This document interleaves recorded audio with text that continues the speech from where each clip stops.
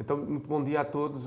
Gostava primeiro de agradecer o convite para participar e pedir desculpa por não poder estar em pessoa nesta sessão, que gostaria muito, mas realmente tenho pendente o nascimento da minha filha e não sei se vai ser hoje, se vai ser amanhã ou se vai ser enquanto a sessão estiver a decorrer. Portanto, era para deixar esta nota primeiro. Nesta apresentação vou fazer um breve resumo daquilo que foi o caminho que temos vindo a percorrer até agora no Esporão, focado na área da sustentabilidade, que é o tema desta conferência.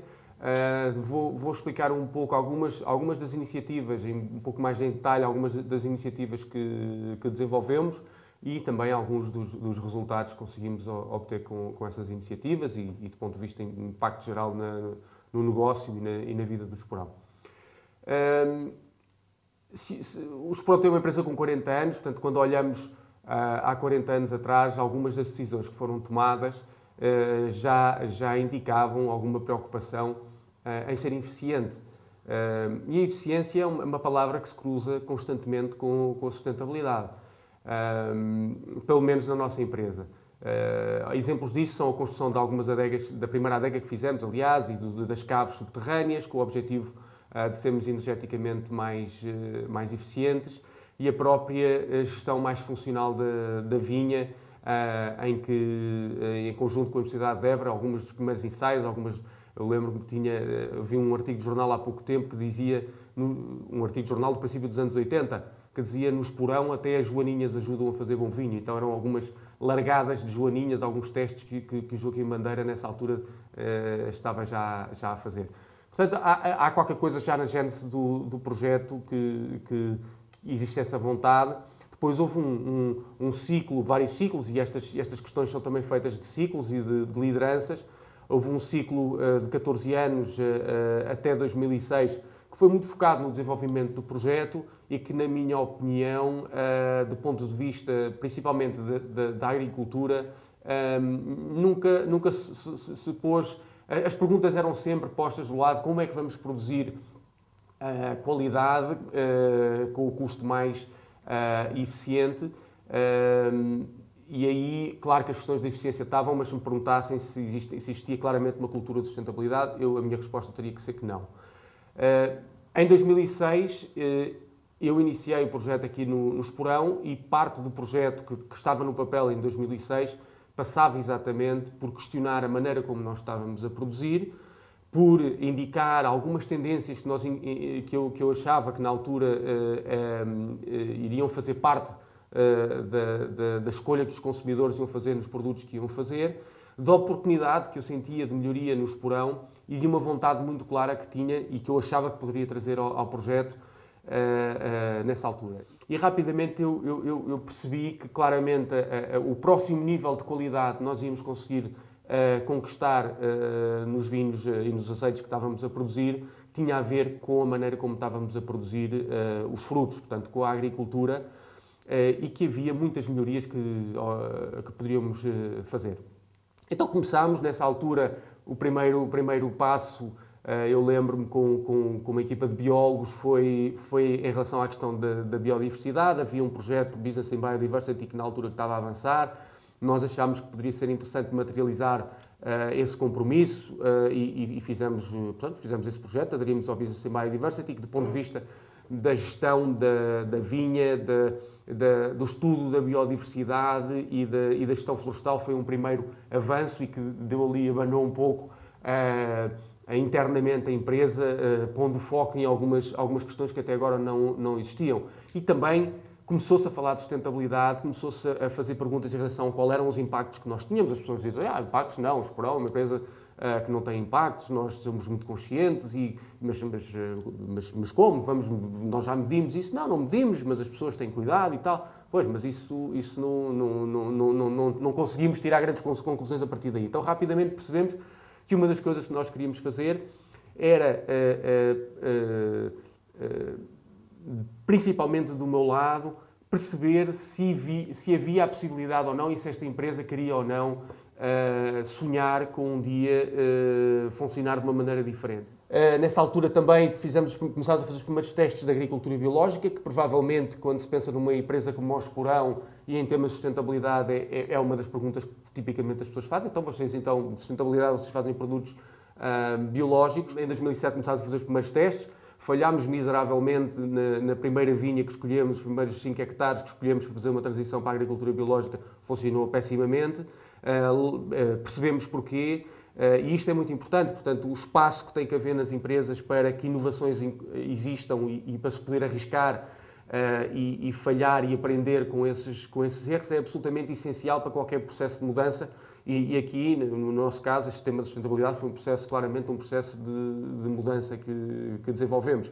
Portanto, quando se falha, o melhor que podemos fazer, obviamente, é aprender, é perceber exatamente porquê e tentar a seguir melhorar. Neste caso era porque a vinha estava num solo com uma fertilidade bastante baixa e na transição de uma agricultura tradicional para uma agricultura biológica a questão da fertilidade do solo é absolutamente essencial. Então percebemos, bom, vamos plantar uma vinha do zero e tentar numa vinha do zero com um solo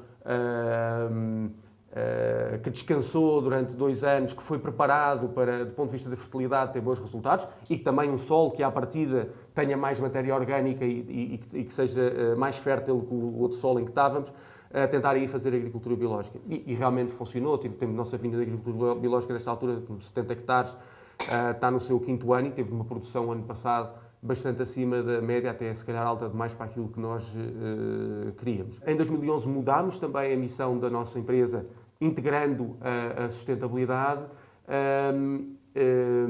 Nessa altura também decidimos que teríamos que fazer um plano, que o nosso plano estratégico indicava que fizéssemos um plano para a sustentabilidade também. E foi nesta altura que começámos a trabalhar também com o João e com o António, que nos trouxeram um framework muito interessado, que já tem muitos anos e que eu pensámos, bom, isto é muito interessante porque realmente está testado e que nos ajuda a fazer um plano com uma estrutura já testada, e isso foi muito importante no próprio processo. Este plano é muito importante, que é pôr as coisas no papel, definir objetivos, owners, responsabilidades, aqui alguns diretores responsáveis por alguns projetos, as pessoas que estão envolvidas dentro dos projetos, as prioridades, quando é que isto vai começar, as questões que têm que ser respondidas, parcerias e competências que têm que ser desenvolvidas, a importância que este projeto tem também ou não para o projeto total. Portanto, isso foi tudo mapeado e detalhado e basicamente depois utilizado para o nosso sistema de desempenho, de avaliação de desempenho, ter estes objetivos, medir estas questões, indo tão longe como medir também o alinhamento do ponto de vista cultural que algumas destas pessoas têm.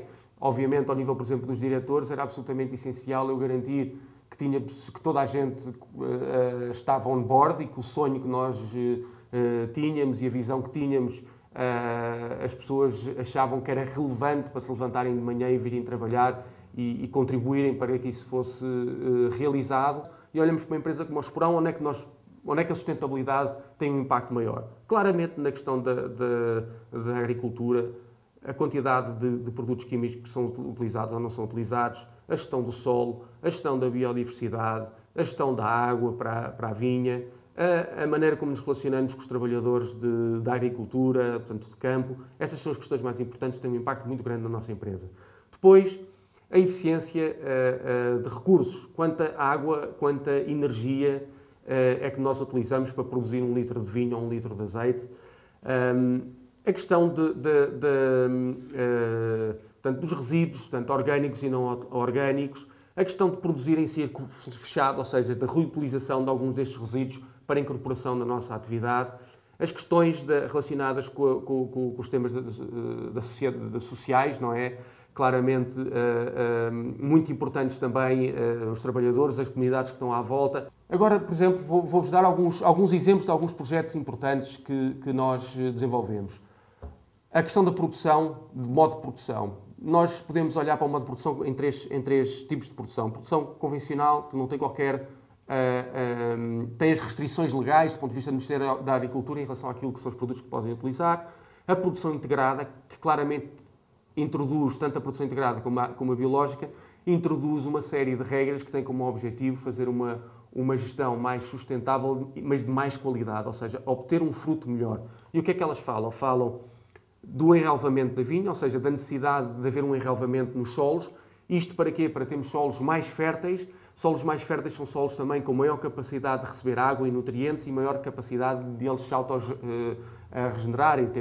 Temos azoto no solo, temos matéria orgânica no solo, sabemos que temos leguminosas que nos podem ajudar a fazer essa descompactação e a trazer essa matéria orgânica. Portanto, essa parte é muito importante, que vem muito, tanto na produção integrada como na agricultura biológica. E depois a não utilização de produtos químicos.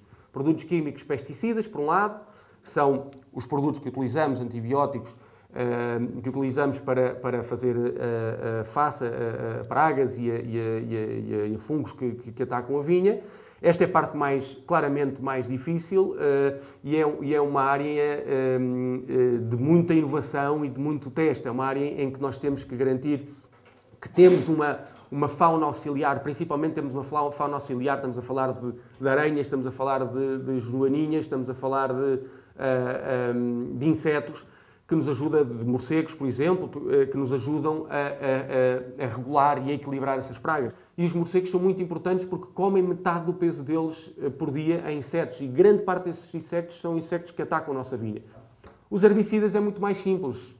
A solução é mais simples, mas tem um impacto na operação maior. Os herbicidas, em vez de espalharmos um produto químico, o que fazemos é cortar, como se faz num jardim de uma pessoa. Cortamos, temos roçadoras, que nas entrelinhas passam e cortam a vegetação, deixando o enrelvamento, ou seja, não ficando o solo desprotegido e com a erosão que passa a ter a partir daí.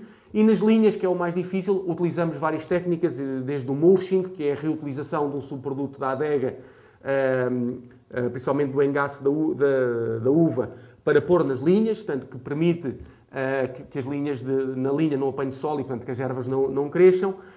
Mas depois outras técnicas, como é, por exemplo, um intercepas, que é uma máquina que vai cortando, que toca na cepa e que contorna a cepa e continua. São questões um bocadinho técnicas, mas depois mostrar que tudo isto tem a ver com inovações.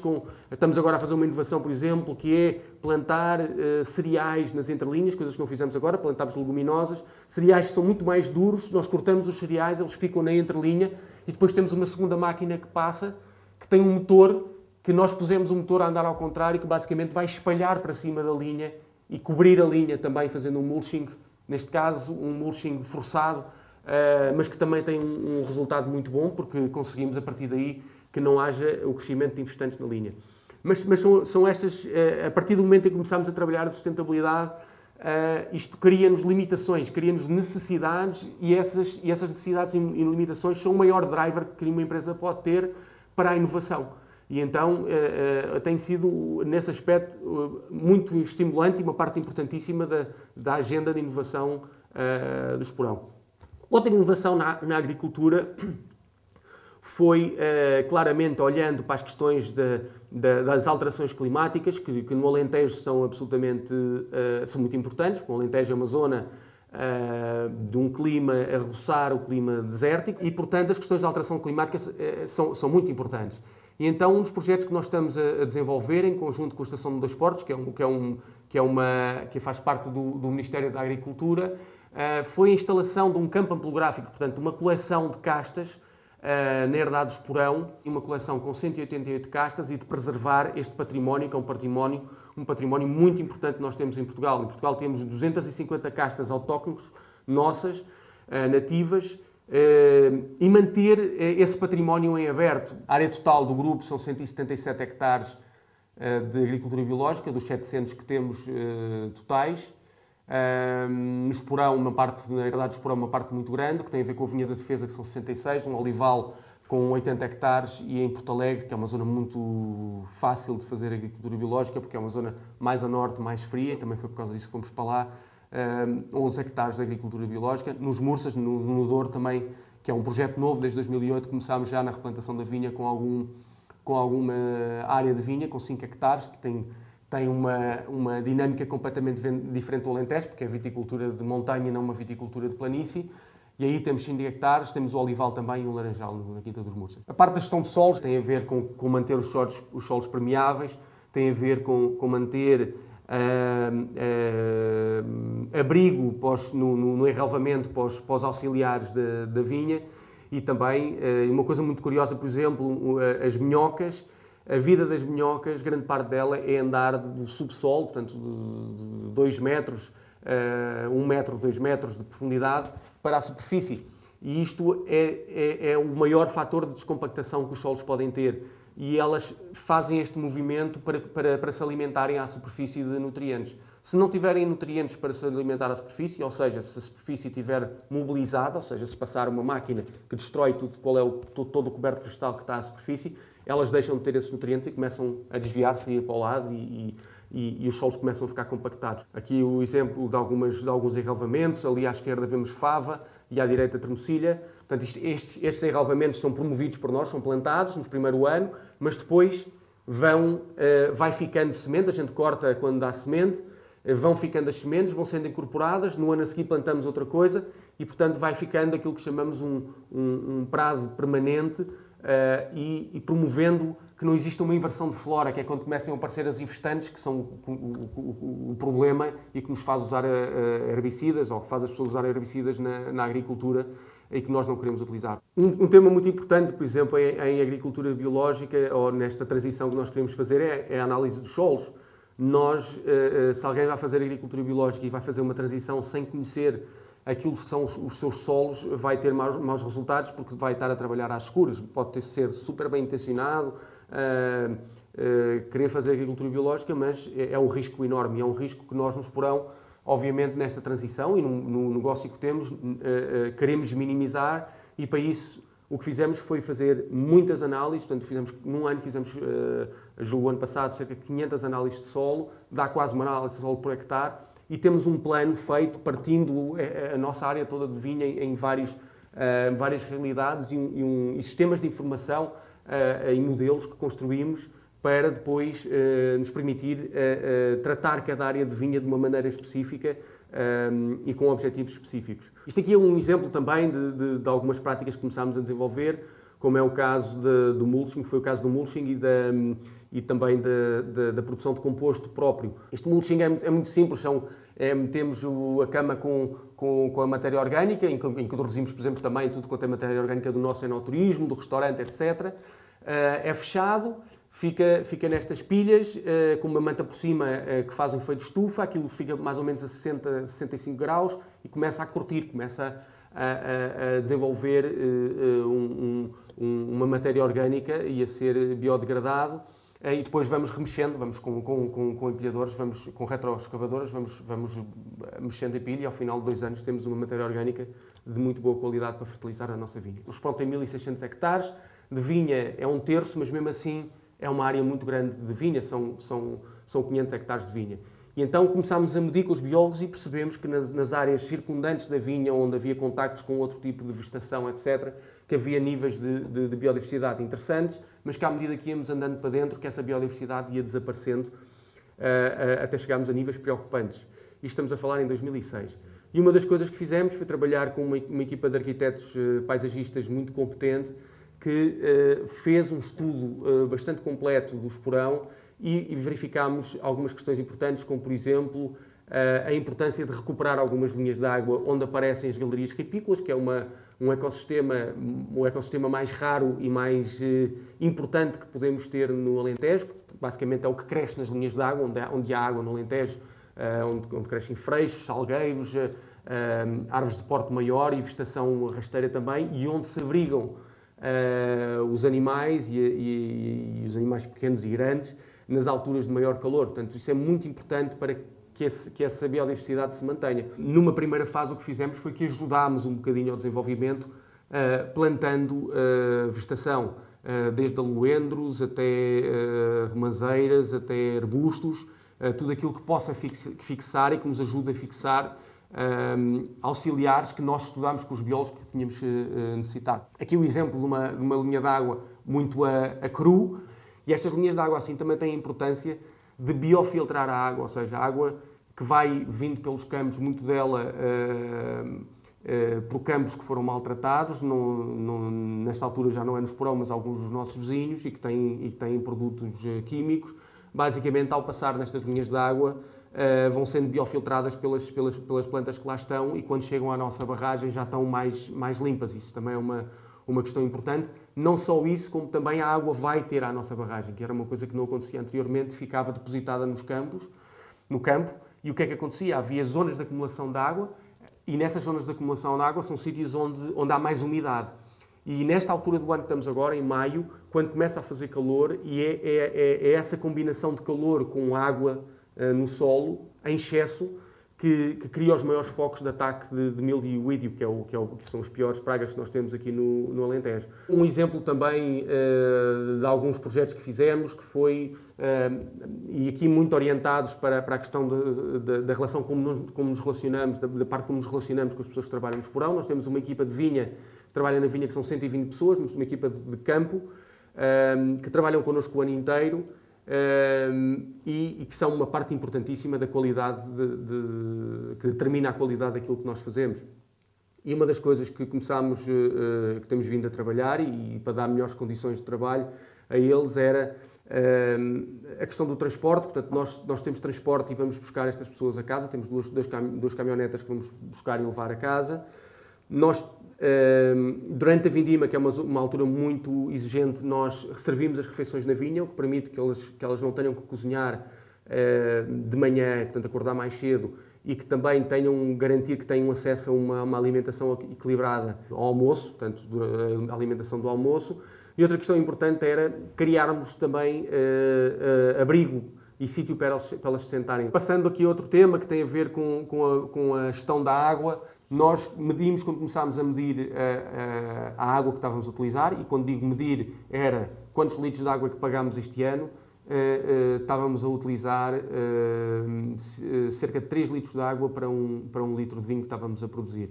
Ou seja, gastávamos 3 litros de água para a produção de 1 litro de vinho. Nós não pomos água no vinho, é água que gastamos para produzir vinho. Estamos a falar, a maior parte da água, estamos a falar, obviamente, da rega na vinha, estamos a falar também da água que utilizamos nas lavadoras das nossas enchedoras da linha de enchimento e, obviamente, nas adegas, que é uma parte importantíssima da higiene das adegas, é lavar e, portanto, aí utilizamos muita água também.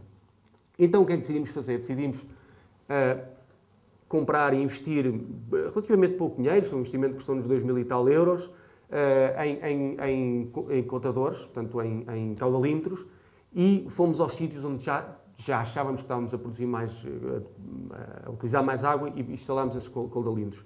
Rapidamente verificámos que havia coisas que não estavam a bater certo e que eram as fugas de água. Por exemplo, nas autarquias em Portugal, eu julgo que o número anda à volta dos 50% de fuga de água, ou seja, de água que não chega à nossa casa e que se perde. Água potável, água boa. E nós também andávamos aí num número bastante alto, não eram 50%, mas era uma parte importante. Portanto, contratámos um empreiteiro, ele abriu um buraco para ver onde é que estavam as fugas, consertaram as fugas e aí ficou uma parte logo muito grande. E de um ano para o outro conseguimos poupar 11 milhões de litros de água na nossa operação. E, portanto, passámos quase de 3 litros para 1 litro e 1,6 litros de água para cada litro de vinho produzido. Aqui, do ponto de vista da energia, é interessante o nosso caso, porque é o caso de uma empresa que avançou na produção de energia alternativa, mas que ainda não é eficiente do ponto de vista energético. E deve ser ao contrário. O primeiro passo a dar é obviamente, conhecer aquilo que é a eficiência energética que a empresa tem, ser o mais eficiente o possível e depois encontrar formas de abastecimento energético que sejam sustentáveis. O próximo projeto e o projeto de eficiência energética tem como objetivo, até 2020, reduzir em 50% a energia que utilizamos por litro de vinho consumido. Outro projeto muito importante tem a ver com tudo aquilo que é a embalagem, portanto, as nossas embalagens, principalmente o vidro. O vidro é claramente o componente mais pesado que nós temos e com maior impacto. É claramente o componente que traz mais peso a uma caixa final de vinho e que tem maior impacto também depois naquilo que é a cadeia de valor e que são os stakeholders à frente, tudo quanto é shipping, tudo quanto é os contentores e os caminhões que saem das nossas adegas. e, portanto, fizemos um projeto em que fomos medir as garrafas todas, fomos encontrar soluções alternativas para essas garrafas e reduzimos drasticamente a quantidade, portanto, de vidro que utilizamos e o impacto equivalente neste caso, de 1160 toneladas equivalentes de CO2, que correspondem, número, para exemplificar, a 590 viagens de São Paulo até Tóquio. Portanto, isto com decisões claras e que, neste caso, nos pouparam centenas de milhares de euros. O plástico também, portanto, aqui conseguimos ir a mais detalhe e começar a medir quantas voltas de plástico que estávamos a utilizar à volta das paletes. Os nossos fornecedores diziam que estavam no limite, obviamente, mas nós sabemos que não, porque aqui neste caso, quanto mais plástico nós consumimos, mais dinheiro eles vão ganhar também. Outro projeto, portanto, ao reduzir plástico estamos a ganhar dinheiro.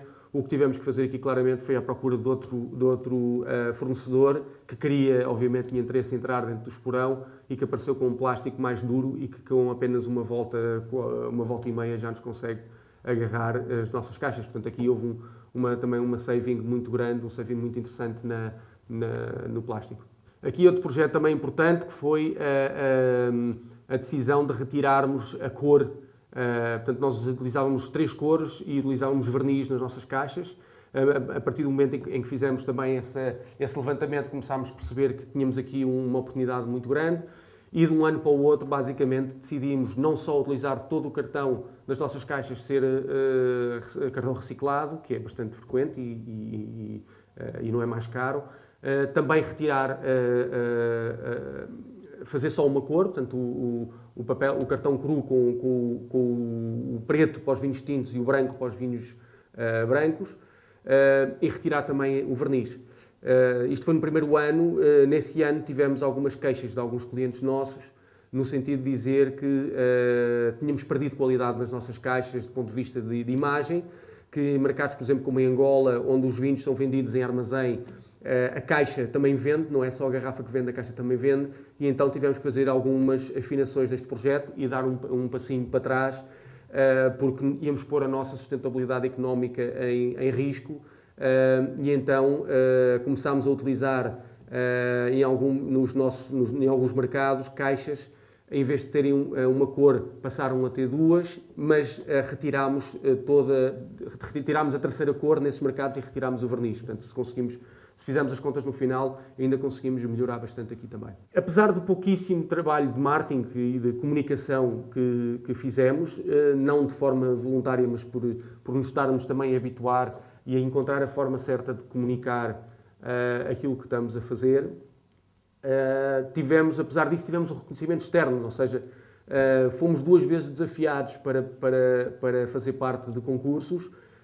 Dessas 2 vezes, depois de ponderarmos, dissemos que sim, e nas 2 vezes tivemos o mérito de vencer os concursos. Foi o caso do Drink Business Awards, que é uma publicação muito importante da indústria das bebidas inglesa.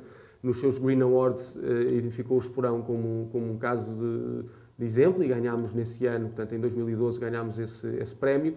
E também, o ano passado, ganhámos os Green Project Awards aqui em Portugal, na área da agricultura, com este projeto de agricultura que estamos aqui a falar. Nós já sabemos que temos alguns mercados importantes, como é o caso dos mercados nórdicos, incluindo o UK, portanto, o Reino Unido, onde estes temas de sustentabilidade são, de facto, já muito importantes. Temos alguns clientes no Canadá, no Reino Unido, que já põem limitações ao peso das nossas garrafas, por exemplo,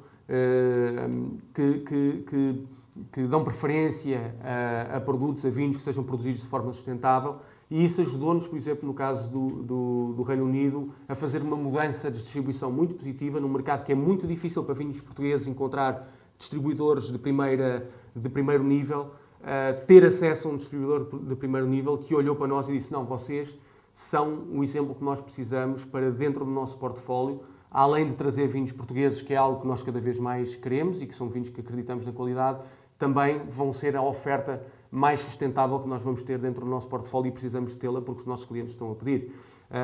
O caso dos monopólios também, tanto no Canadá como nos monopólios dos mercados nórdicos, a Suécia, a Dinamarca, a Noruega, estamos também, demos passos que nunca tínhamos dado e as perspectivas de conseguirmos entrar são muito positivas e muito ligadas com os temas da agricultura sustentável e dos produtos sustentáveis. Temos que dizer que só este ano, em 2014, é que estamos a lançar os nossos primeiros produtos sustentáveis. O azeite da herdade do Esporão, que, do ponto de vista biológico, produtos biológicos, é o primeiro ano que estamos a lançar. Vamos lançar também, no final deste ano, um vinho biológico, o Vinho da Defesa, que vai passar a ser biológico.